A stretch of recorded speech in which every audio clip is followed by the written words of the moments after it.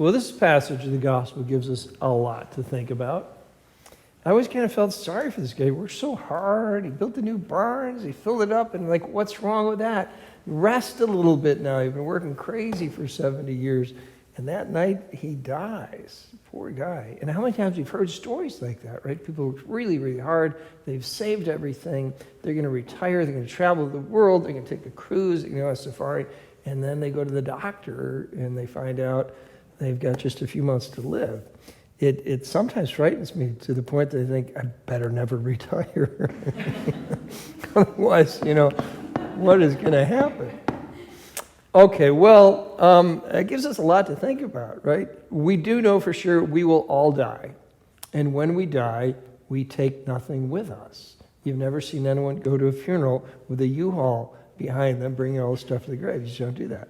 So Jesus tells us, store up your treasures for God. Cardinal George, who was the Archbishop of Chicago and a great man of the church, was famous for saying the only thing we take with us when we die is what we have given away. The only thing we take with us when we die is what we've given away. So it can make us think, right? What have I given away?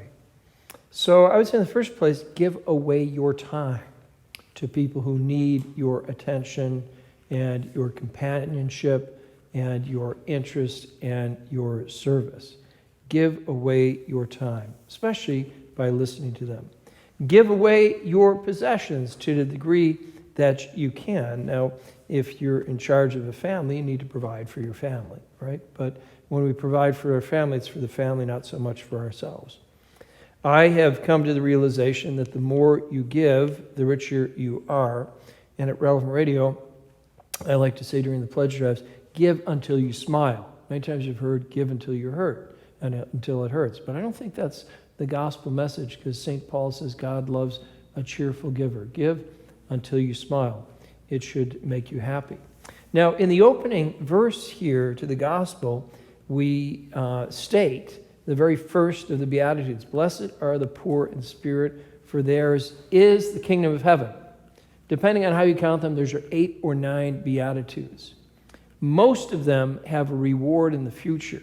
Blessed are the merciful, for they shall receive mercy. But 2 of them have a payback immediately. Blessed are the poor in spirit, for theirs is the kingdom of heaven. They're already in the kingdom of heaven because they have their heart free from stuff, which means they've got their heart on God. So how do you do that? It all depends on your circumstances. There's a beautiful film of an Italian saint, Dr. Giuseppe Moscato, and it was produced by the Italian television network called RAI. And here's his story. He was in Naples, and he was a medical student. Of course, since it's an Italian film, he's in love with an absolutely beautiful woman, right? And at one point she says, oh, buddy, you got to make a choice. It's either me or your patients.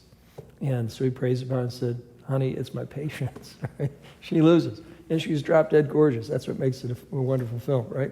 So he came from money himself, and he started taking care of the poor people. And he was one of the first doctors who was able to identify the pathogen of diabetes. This is a real true story, right? And sometimes his patients didn't have the money to pay for the medications. So he'd take one of the paintings in the house and say, look, why don't you go down there to the pawn shop and sell it, and then you get. And so by the end of the story, the house has nothing left in it, right? And he's poor and he's penniless, but he's happy as can be because he's helped people. We can't all do that, but it was certainly a beautiful thing to see, the joy it brought him to help people. Blessed are the poor in spirit, for theirs is the kingdom of heaven. That must have made quite an impression on the people who heard it that day. Because in the Sermon on the Mount, all creation had been waiting for tens of thousands of years for the Redeemer to come into the world and to speak and to lead and to save and redeem. And what were the first words out of his mouth in a public homily? Blessed are the poor in spirit. Really? The Romans are beating us down. Life is hard. Blessed are the poor in spirit, but there's wisdom in all of that. Then I'm going to finish with one thought. It's a curious thing, but we have a club here at Relevant Radio. It's not official, I mean, St. Joseph Recurring is official, and so is the Guardian Angel Society, and so is the St. Nicholas Society. But maybe one day we'll make this an official society. It's called the More and More Club. Have you ever heard of the More and More Club? So there's about 10 members of it, and the more money they give, the more money they have at the end of the year. I said, yeah, it's crazy. I've never given away so much money, but then I had the stock in NVIDIA, and it went up like 10,000%. I know a number of these people, the more they give at the end of the year, they have more money. So, well, you're an official member of the More and More Club. Now, I'm not encouraging you to do that because it doesn't always work. I'm not encouraging you guys to go broke. But it's like, how does God do that? Why does he do that? It's all part of his plan. But it's up to each of us to discover the joy of giving and not hoarding.